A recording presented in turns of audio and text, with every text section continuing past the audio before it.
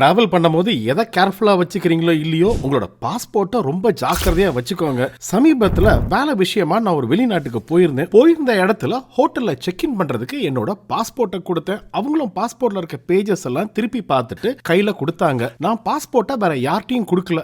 யூஎஸ்க்கு திருப்பி வரதுக்கு ஏர்போர்ட் போனேன். அங்க அத்தாரிட்டிஸ் என்னுடைய பாஸ்போர்ட்டை செக் பண்ணும்போது ஒரு பேஜ் கிழிஞ்சிருந்தது தெரிய வந்தது. பொதுவா இந்த மாதிரியான நேரத்துல நம்மள டிராவல் பண்ண அலோவ் பண்ண மாட்டாங்க. ஒரு நாட்டுக்குள்ள என்டர் ஆறோம்னா என்டர் பண்ண விட மாட்டாங்க. அப்படியே திருப்பி அனுப்பிச்சிருவாங்க. நம்ம லக்குக்கு கிழிஞ்சு போன பேஜ் ஒரு பிளாங்கான பேஜா இருந்து ஃப்ரண்ட் ஐடென்டிட்டி பேஜ், நம்ம போட்டோ, பேரு, இன்ஃபர்மேஷன்லாம் இருக்கிற பேஜ் கிளியாம இருந்ததுன்னா டிராவல் பண்ண விடுவாங்க. ஆனா எனக்கு அந்த லக் அடிக்கல. எனக்கு ஒரு கிரிட்டிக்கலான பேஜ் தான் கிழிஞ்சிருந்தது. அதனால என்ன போர்ட் பண்ண அலோவ் பண்ணல. அடுத்து என்ன, உடனே யுஎஸ் எம்பசிக்கு போய் அங்க எனக்கு எமர்ஜென்சி பாஸ்போர்ட் கொடுத்தாங்க. அதை வச்சு திருப்பி டிராவல் பண்ணி வந்து சேர்ந்தேன். டிராவல் பண்ணும்போது இந்த மாதிரிலாம் சிக்கல்கள் வராம இருக்கிறதுக்கு பாஸ்போர்ட்டை ஜாக்கிரதையா வச்சுக்கோங்க.